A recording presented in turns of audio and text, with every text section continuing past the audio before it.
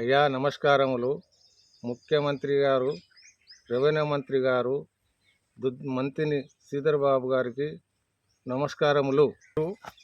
నా భోగం ఎల్లయ్య, తండ్రి పేరు ఓదెలు, కేశనపల్లి గ్రామము, మంత్రిముత్తారం మండలము, పెద్దపల్లి జిల్లా. గత 32 సంవత్సరాల నుండి మేము విఆర్ఏగా పనిచేసినాము. దాని మాజీ ముఖ్యమంత్రి కేసీఆర్ గారు మమ్మల్ని ఇరిగేషన్ డిపార్ట్మెంట్ పంపి మా బతుకు రోడ్డు మీద వేసినాడు. కానీ మేము ఇరిగేషన్ నాది 4 నెలల సర్వీస్ ఉండే. 4 నెలల సర్వీస్ ఉండగానే నాకు జీతభత్యం ఎలాంటి తీసుకోకుండా నాకు వారసుకు ఉద్యోగం ఇవ్వాలని కోరుకుంటున్నాను. మాజీ ముఖ్యమంత్రి ఎన్టీ రామారావు గారి పీరియడ్లో మేము 150 రూపాయల నుంచి పని చేస్తున్నాము. అప్పుడు మా నాన్న నుంచి నాకు వచ్చినది. కాబట్టి ఆ విషయంలో మరి తర్వాత పోరాటం చేయంగా 5,000 స్ట్రైకులు బంద్ చేస్తే 5,000 పెంచినారు. తర్వాత చంద్రబాబు నాయుడు పాలనలో 7,000 చేసినారు.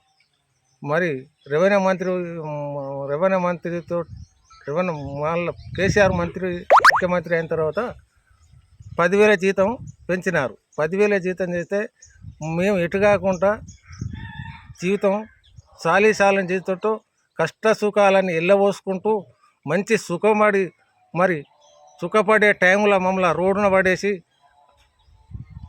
పడేసి దిక్కుదోసకుండా రోడ్డు పడి ఉన్నాం. మమ్మల్ని గౌరవనీయులు ముఖ్యమంత్రి వారు మీ దృష్టికి తీసుకుపోయి మా కొడుకులకు వారసత్వం ఇచ్చి మాకు న్యాయం చేయగలరని నేను కోరుకుంటున్నాను.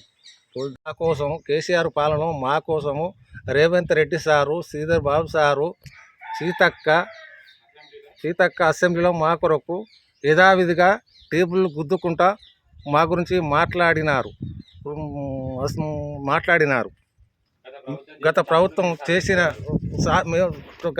చేసినవన్నీ సాధించుకో మాకు రేవంత్ రెడ్డి అన్ని మా కష్ట సుఖాలు తెలిసిన రేవంత్ రెడ్డి సారు మీ ఆయంలో మాకు న్యాయం జరగాలి. మీరు న్యాయం చేసి అప్పుడు కేసీఆర్ను గుంజి అడిగినారు.